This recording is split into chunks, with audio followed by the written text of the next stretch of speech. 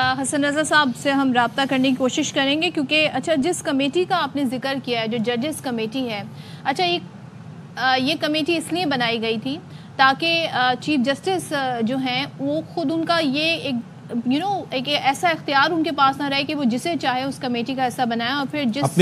اپنی مرضی کا جج ہو اور جس بینچ میں بھی کیس لگنا ہے وہ ڈیسائیڈ نہ کرے، بلکہ ایک چیف جسٹس ہوں، ان کے ساتھ پھر پیونیر جج ہوں اور پھر ایک اور سینئر موسٹ ججز ہوں، ان تینوں کی ہو۔ اچھا اب ہوا یہ کہ اس کے بعد صدر صاحب نے ایک آرڈیننس جاری کر دیا جس میں چیف جسٹس کو یہ اختیار دے دیا کہ وہ ایک جج اپنی مرضی کا لے سکتے ہیں، اور اس اختیار کو مان بھی لیا چیف جسٹس نے۔ اب یہ ہوا، اب کل جب بینچ کی تشکیل کے لیے یہ کمیٹی اجلاس ہوا تو منصور علی شاہ جو کہ پیونیر جج ہیں انہوں نے انکار کر دیا، انہوں نے کہا کہ بھائی پہلے آپ نے یہ فیصلہ دیا پھر آرڈیننس والا دیا تو یہ ذرا اب ہم کلیئر ہونا چاہیے۔ تو اب ذرا ہمیں بتایا گیا کہ جوائن کر چکے ہیں حسن Raza Pasha sahab, former chairman Pakistan bar council. Hassan Raza sahab, سب سے پہلے یہ سوال کہ آپ تک میری آواز پہنچ رہی ہے؟ ٹھیک، حسن صاحب کین یو ہیئر می سر؟ حسن رضا صاحب سے ہم رابطہ کرنے کی کوشش کریں گے۔ تو میں نے پوچھ لیا پہلے، ہاں آپ پوچھ لیا، کچھ ٹیکنیکل یہاں پہ ظاہر ایشو ہیں، لیکن حسن رضا پاشا صاحب سے ہم یہ پوچھنا چاہیں گے کہ اب جیسے کہ اشفاق نے بھی یہ بات مینشن کی، تفصیلی فیصلہ بھی آ گیا، اس سے پہلے وضاحتی فیصلہ بھی آ گیا، اب کوئی ابہام رہ گیا ہے سپریم کورٹ کے فیصلے میں عمل درآمد پر؟ تو فائنلی حسن رضا صاحب ہمیں جوائن کریں۔ آپ سوال کریں۔ تھینک یو سو مچ سر۔ السلام علیکم پاشا صاحب، آپ کو آواز آ رہی ہے میری؟ سلام، آواز آ رہی ہے؟ ٹھیک ہے، فائنلی پاشا صاحب یہ بتائیے گا، یہ جو تفصیلی فیصلہ آ گیا، ساتھ میں حکومتی موقف بھی ہمارے سامنے ہے، اس سے پہلے وضاحتی فیصلہ آ گیا، مخصوص نشستوں کی میں بات کر رہی ہوں،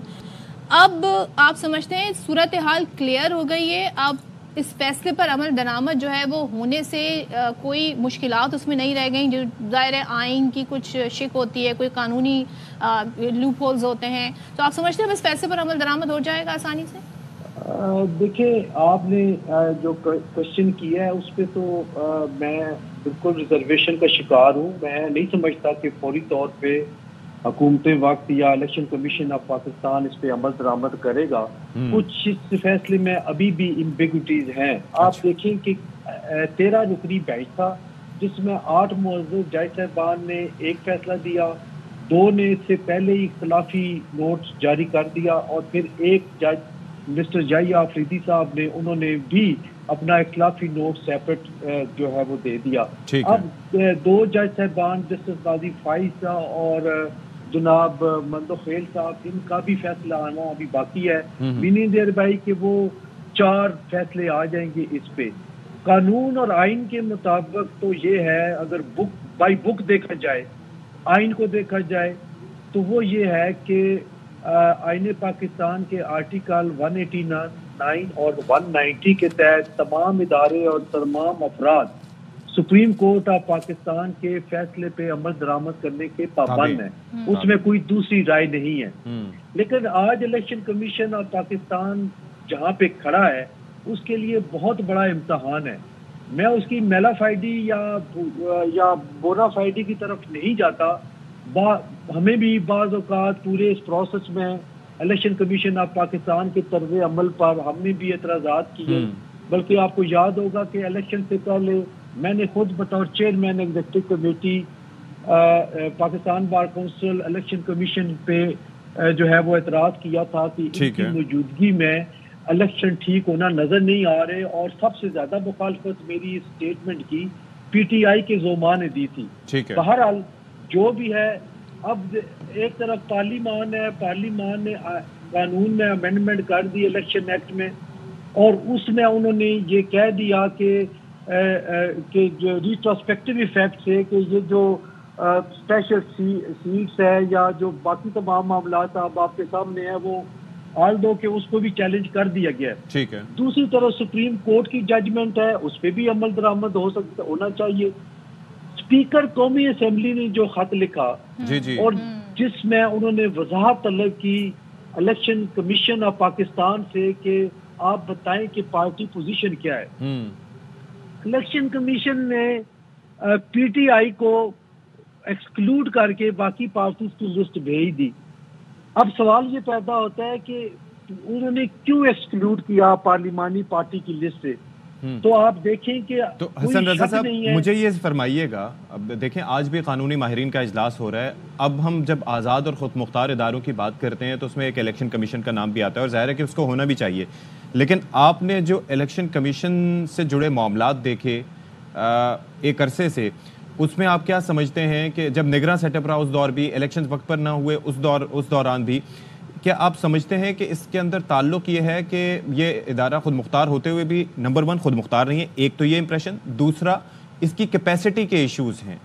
کہ اس کو سارٹ کرنے کے لیے معاونت چاہیے ہوتی ہے، از خود ڈیسائیڈ کرنا بہت مشکل ہوتا ہے، حالانکہ اصولاً تو کرنا چاہیے الیکشن کمیشن کو از خود اس پہ ڈیسائیڈ کہ کیا کرنا ہے۔ دیکھیں اشفاق صاحب، الیکشن کمیشن آف پاکستان ایک آئینی ادارہ ہے اور اس کا ایک ہی کام ہے کہ ملک میں فری اینڈ فیئر الیکشنز کروانا،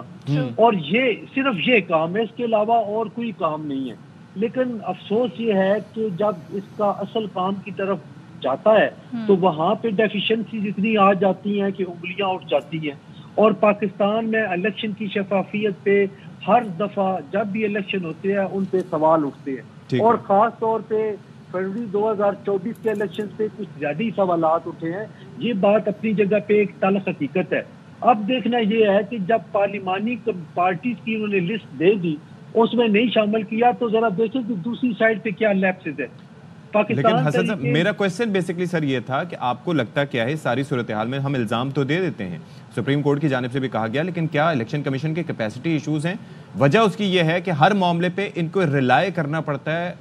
دوسرے اداروں پر، مثال کے طور پر آروز چاہیے یا سٹاف چاہیے، وہ کہیں سے ٹیچنگ سٹاف آئے گا، کہیں سے ایڈمنسٹریشن سے سٹاف آئے گا، جو آبویسلی کسی نہ کسی گورنمنٹ کے کنٹرول میں ہوگا، تو یہ چیزیں بھی میٹر کرتی ہیں الیکشن کمیشن کے پرفارمنس میں، اور حالیہ ایشو میں بھی یہ چیز میٹر کرے گی؟ دیکھیں ایک بڑی امپورٹنٹ بات ہے کہ دنیا بھر میں جہاں بھی الیکشن ہوتے ہیں وہاں کا جو الیکشن کمیشن ہے اس کے پاس اتنا انفراسٹرکچر نہیں ہوتا کہ وہ اے آر اوز اور جو presiding officers this and that وہ سارے صرف فل ٹائم وہ ریکروٹ کر سکیں۔ وہ ان کو باقی اداروں سے یہ انٹرم بیسس پہ لینے پڑتے ہیں، کیونکہ ممکن نہیں ہے کہ آپ 5 سال کے بعد الیکشن ہونے ہیں اور آپ اتنی فوج جو ہے وہ آپ بھرتی کر کے رکھ لیں اور اس کو آپ افورڈ بھی نہیں کر سکتے، آپ نے لینے ہوتے ہیں، اور آئین پاکستان میں دیا گیا ہے اور الیکشن ایکٹ میں یہ موجود ہے کہ انہوں نے۔ حسن رضا صاحب، پاشا صاحب ہمارے ساتھ ہیں، ان سے ہم ضرور اس ساری صورتحال پر بات کریں گے جو پہلے ہم کر رہے تھے کہ اب قانونی آپشنز کیا موجود ہیں، اور اب جو الیکشن کمیشن ہے اس کو فیصلے میں عمل درآمد کرنے میں کیا اب بھی کوئی ابہام ہے اس تفصیلی فیصلے کے بعد بھی۔ دوسرا یہ جو ججز کمیٹی والا معاملہ ہے، جیسے کہ ہم پاشا صاحب ہمارے ساتھ ہیں، تو پاشا صاحب ونس اگین آپ thank you for being so patient. یہ بتائیے گا اب ہم ایک بار پھر سے آتے ہیں اس طرف کہ الیکشن کمیشن ابھی ڈیسائیڈ نہیں کر پایا ہے، پھر اسپیکر اسمبلی نے جس طریقے سے انہوں نے خط لکھا اور ساری صورتحال پہ ان کی جو رائے ہمارے سامنے، اور اب یہ سپریم کورٹ کا تفصیلی فیصلہ، تو عمل درآمد اب یہاں تو ایشو یہ چل رہا ہے جی پارلیمنٹ سپریم ہے، پھر عدالت کوئی فیصلہ دیتی ہے، پھر قانون سازی آ جاتی ہے، تو الیکشن ایکٹ کے بعد یہ فیصلہ عمل درآمد اس پر ہونے کے لیے کوئی ابہام رہ گیا ہے کہ نہیں؟ اب یہ بتا دیجیے۔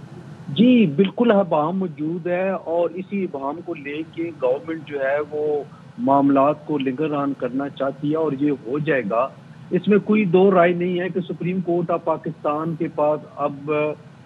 وہ شاید کنٹیمپٹ پروسیڈنگز انیشیٹ کریں، اور وہ جب معاملہ سامنے آئے گا تو اس سے پھر انتظامیہ نے ایکٹ کرنا ہوتا ہے، انتظامیہ نے سپریم کورٹ کی ایڈ ان کے لیے آنا ہے، آگے بڑھنا ہے، اور کوئی ادارہ سپریم کورٹ آف پاکستان کو ریفیوز نہیں کر سکتا، یہ طے شدہ ہے، اور آئین پاکستان اس بات کی ضمانت اور گارنٹی دیتا ہے کہ سپریم کورٹ کی ایڈ ان میں آئیں گے تمام ادارے، مجبوری ہے ان کی۔